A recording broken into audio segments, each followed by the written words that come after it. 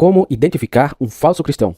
Primeiro, você tem que saber identificar um cristão de verdade. Então, vamos à palavra de Deus. Bíblia King James 1611. Um cristão é uma pessoa que nasceu de novo, é uma pessoa regenerada. E a Bíblia fala, em 1 João 3,9, que aquele que é nascido de Deus não comete pecado, porque a sua semente, a semente de Deus, permanece nele e não pode pecar porque é nascido de Deus. Então, a evidência, a prova de que alguém foi salvo é que essa pessoa nasceu de Deus e o poder de Deus retirou o poder do diabo sobre ela, de modo que ela não mais obedece ao diabo e não mais está sujeita ao pecado. O poder de Deus, do qual Jesus falou em João 8,36, se pois o Filho vos libertar verdadeiramente sereis livres, entrou e atuou na vida dessa pessoa de forma que ela foi liberta do pecado. O pecado não mais a detém. Ela parou de ser serva do pecado e passou a ser serva de Deus, serva da justiça. Romanos 6,18. E tendo sido libertados do pecado, ou seja, o poder de Deus entrou de verdade na vida dessa pessoa, tornastes servos da justiça. Ela passou de ser uma pessoa injusta para ser uma pessoa justa através do poder de Deus para libertá-la de todo o pecado e do poder do diabo. Romanos 6,20. Porque quando éreis servos do pecado, estáveis livres da justiça. A pessoa era serva do pecado, ela estava livre da justiça, ou seja, não havia justiça nela, ela era injusta, e ela passou a ser serva da justiça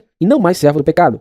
Então, ou você é servo de um, ou você é servo de outro. Ou você é servo do diabo, está debaixo do poder do diabo, ou Jesus, que é mais forte do que o diabo, arrancou a coleira do diabo do seu pescoço para que você parasse de ser servo do diabo, e servo do pecado, e servo da carne, e passasse a ser servo da justiça de Deus. Ele te santificou. Ser santificado é ser tornado santo. Esse é o poder de Deus. Jesus falou que te libertaria de verdade e você creu. Você não foi incrédulo. Você creu com toda a fé, confessou seus pecados para ele e cortou tudo que ofendia a ele fora da sua vida. De modo que a partir daí você foi transformado numa nova criatura que passou a ser ex-pecadora. Que passou a ser ex-injusta. Não pelo seu próprio poder, mas pela sua fé no poder do Salvador que veio te salvar do quê? Dos seus pecados. Esse é o cristão. O cristão foi liberto do pecado e ele passou a andar em total e completa e absoluta obediência ao Senhor Jesus pelo resto dos seus dias. Ele se separou de tudo que é sujo e de todos os que são sujos e que não quiseram ou não creram que era possível ser limpo. Eles não creram no poder de Jesus, então não podem andar com aquele que crê no poder de Jesus e com aquele que foi liberto de verdade do pecado. Então agora que você entendeu quem é um cristão de verdade, você consegue discernir quem não é um cristão de verdade e o que você deve fazer com eles de acordo com a Bíblia do Deus a quem você diz que serve, certo? Então vamos ver o que o Deus a quem você diz que serve mandou você fazer em relação aos falsos cristãos, que são os cristãos pecadores, que são as pessoas que usam o nome de Jesus Cristo, mas não foram libertas do pecado, nem obedecem ao Senhor Jesus, que são as pessoas que negam o poder de Deus para te tornar de ímpio a pio, de pecador a santo. 2 Timóteo 3,5, tendo aparência de piedade, mas negando o poder dela. Você lembra que eu estava falando do poder de Jesus para te libertar verdadeiramente? Eles negam o poder de Jesus para te libertar do pecado, a fim de que você se torne pio, a fim de que você se torne santo, e eles continuam, mesmo assim, usando o nome de Jesus, se auto-intitulando salvos, enquanto eles não têm essa piedade, enquanto eles não andam em santidade, enquanto eles não são de Deus, porque Deus não tem comunhão com o pecador. E a palavra diz, destes afasta-te. Então, se você quer ser servo de Deus, a partir do momento que você obtém esse conhecimento, que esse é um mandamento que Deus está te dando, você vai discernir quem não é de Deus, você vai discernir quem nega o poder de Deus para se tornar santo, e quem não quer obedecer a Deus, e você vai fazer o que Deus mandou você fazer, porque você é servo dele, você não é servo de si mesmo. Você não tem opinião. Jesus mandou você negar a si mesmo se quisesse segui-lo. Destes, afasta-te. Você vai se afastar dessas pessoas. Então agora eu te pergunto, você conhece algum cristão, entre aspas? Ou seja, uma pessoa que diz que crê em Jesus, que crê em Deus, que acha que está salva, que tem comunhão com Deus, que tem um relacionamento, uma intimidade com Deus, mas que é fofoqueira? Você conhece uma pessoa que usa o nome de Deus em vão e é adúltera? Que trai o seu parceiro? Ou que cobiça com os seus olhos a mulher do próximo? Ou o homem do próximo? Você conhece alguma pessoa que é infiel a Deus e que comete fornicação? Ou seja, que tem relações sexuais com pessoas que não são suas, que tem relações fora do casamento, ou que se relaciona com várias pessoas? Você conhece uma pessoa que usa o nome de Cristo, mas que é maledicente, está sempre falando mal das pessoas pelas costas? Você conhece algum falso cristão que nunca está contente com o que tem, que sempre está cobiçando ter mais e mais coisas, ou subir de posições, ou ser visto pelos outros, ser admirado pelos outros? A Bíblia chamou a cobiça de idolatria. Essa pessoa é cobiçosa, essa pessoa é idólatra, essa pessoa não está salva. E pior ainda, você conhece qualquer tipo dessas pessoas que faz parte de uma congregação que usa o nome de Cristo? Que faz parte de uma igreja? E o seu pastor está deixando essa pessoa lá?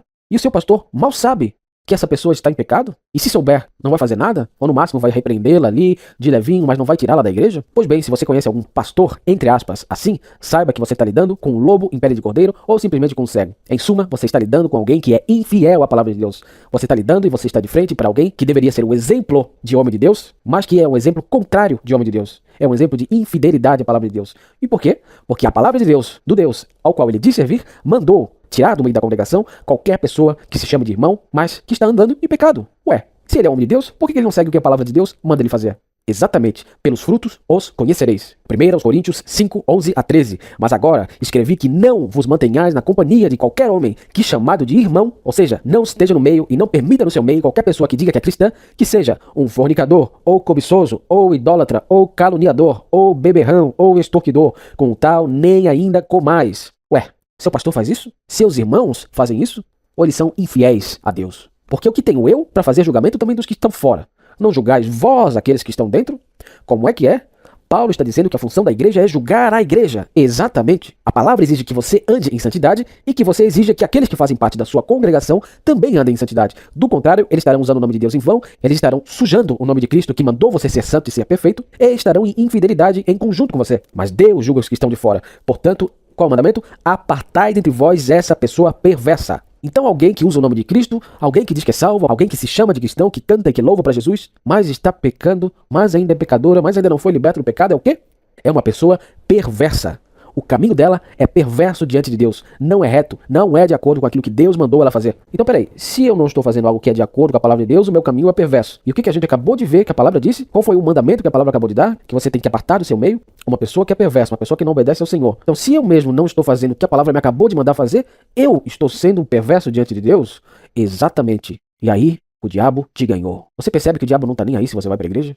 Ele quer mais que você vá para a igreja. Ele quer mais que você continue usando o nome de Cristo, que você continue se autoproclamando cristão, desde que você não faça o que a Bíblia te mandou fazer. Desde que você ande perversamente diante de Deus. Desde que você não obedeça ao Senhor que você chama de Senhor. Desde que ele faça de você um hipócrita. Essa é a grande cilada das falsas igrejas. Usam o nome de Deus, mas não batem com a Bíblia. Então elas não são falsas porque elas não existem. Elas são falsas no sentido que elas existem, usam o nome de Deus, se chamam de igreja, mas não são igreja de verdade, porque tem erro ali no meio, porque não batem com a Bíblia, porque não obedecem aos mandamentos do Senhor Jesus, porque não fazem o que o Senhor Jesus mandou. E o que o Senhor Jesus falou sobre isso? Lucas 6,46. E por que me chamais, Senhor, Senhor, e não fazeis as coisas que eu digo? Chamar Jesus de Senhor e fazer o que ele diz são duas coisas completamente diferentes. O diabo está feliz da vida se você fica só no começo da frase, se você é apenas aquele que chama o Senhor Jesus de Senhor, desde que você não faça aquilo que Jesus mandou você fazer. Desde que você não pare de pecar, desde que você não pare de ter comunhão com o pecador, desde que você não saia dos lugares que tem sujeira no meio, tudo bem pro diabo. Ele não tá nem aí. Ele arrasta mais um pro inferno e ainda mais usando o nome de Cristo. O que você acha pior? Um bandido ateu ou um bandido que se chama de cristão? Qual que suja mais o nome de Deus? Eu acho que eu não preciso nem responder, né? E outra coisa que eu vou perguntar pra você. Tem diferença de pecado? O bandido não vai pro mesmo inferno que o fofoqueiro, que vai pro mesmo inferno que o estuprador, que vai pro mesmo inferno que o adúltero, que vai pro mesmo inferno que o cobiçoso, e que o idólatra, e que o mentiroso? Exatamente. Então agora você conseguiu identificar quem são as virgens tolas e você sabe o que fazer em relação a elas. Mais uma vez, o Senhor falou em Mateus 7,21, nem todo que me diz, ou seja, palavras, a pessoa que se autoproclama algo, Senhor, Senhor, entrará no reino do céu. Vamos entender. Jesus está falando que nem todo aquele que crê que é cristão vai para o céu, tem a vida eterna, vai escapar do inferno. Mas aquele que faz a vontade de meu Pai que está nos céus. Então apenas quem obedece ao Senhor é que vai para o céu. Porque crer sem obedecer é uma crença pela metade? Crer sem fazer aquilo que Jesus te mandou faz de você um hipócrita? Ah, então agora estamos entendendo por que Hebreus 5,9 fala o seguinte: e tendo sido aperfeiçoado, tornou-se o autor de eterna salvação. Quem que é salvo? Para todos os que lhe obedecem. Ah, agora estamos entendendo quem que está salvo de verdade. É aquele que crê, mas aquele que obedece também. Porque essa é a crença verdadeira. Agora estamos entendendo o que Tiago quis dizer em Tiago 1,22. E sede cumpridores da palavra, e não ouvintes apenas, enganando-vos a vós mesmos. Então o diabo está enganando muita gente, né? E fazendo você enganar a si mesmo quando você pensa que ser ouvinte da palavra é o suficiente para ser salvo. Quando você pensa que crer que Jesus existe e crer em Jesus de uma maneira rasa é o suficiente para ser salvo. Não, não é. Você está se enganando. E o preço disso vai te levar para onde? Pro inferno. 2 Tessalonicenses 1:8-9. Aqui está falando qual o destino de quem não conhece a Deus e quem não obedece ao Evangelho. Em chama de fogo, tomando vingança dos que não conhecem a Deus e dos que não obedecem ao Evangelho de nosso Senhor Jesus Cristo. Evangelho esse que te mandou ser santo. Evangelho esse que te mandou sair do meio de quem não aceita isso, de quem não quer ser fiel ao Senhor. Evangelho esse que te mandou deixar os mortos enterrarem os seus mortos, os quais serão punidos com eterna destruição, longe da presença do Senhor e da glória do seu poder. Então quem é que vai queimar? Quem não conhece a Deus e quem não obedece ao Evangelho que Jesus te deu. Se é isso que você quer, pode continuar desobedecendo, pode continuar indo para sua igreja, pode continuar tendo comunhão com aqueles dos quais Jesus te mandou se separar. Mas saiba que chamar Jesus de Senhor não significa que Ele é o seu Senhor se você faz aquilo que você acha que é certo e não aquilo que a Bíblia te disse que é o certo. O preço vai ser eterno, tá bom? Se após você conhecer essa verdade, você continuar na lama, continuar na imundície, saiba que você se faz voluntariamente um filho da desobediência. E sobre a cabeça dos desobedientes está reservada uma coisa terrível, que se chama a ira de Deus. Esse é um capítulo que você certamente não vai querer vivenciar. Então, mais uma vez eu aviso, largue todo o pecado e saia do meio de quem não fizer o mesmo. Saia do meio de quem não quiser obedecer ao Senhor. Saia do meio de quem não quiser deixar de ser amigo do mundo, de ser amigo dos infiéis. Do contrário, você não tem parte com Jesus. 2 Coríntios 6:15. E que harmonia há entre Cristo e Belial? Ou que parte tem o crente com o infiel? Versículo 17. Portanto, saí do meio deles e separai-vos, diz o Senhor. Será que ele é seu Senhor? Será que você usa só o nome dele, mas não faz aquilo que ele manda você fazer? E não toqueis em coisa imunda, e eu vos receberei. Então, se você deseja ser recebido por Deus, sabendo que quem não for recebido por Deus vai ser reprovado por Deus, faça o que ele manda, largue o pecado e saia do meio de quem não fizer o mesmo. Esses são os últimos avisos antes da noiva de Cristo cair fora desse mundo. E o que sobra para quem ficar? Isso você não vai querer descobrir.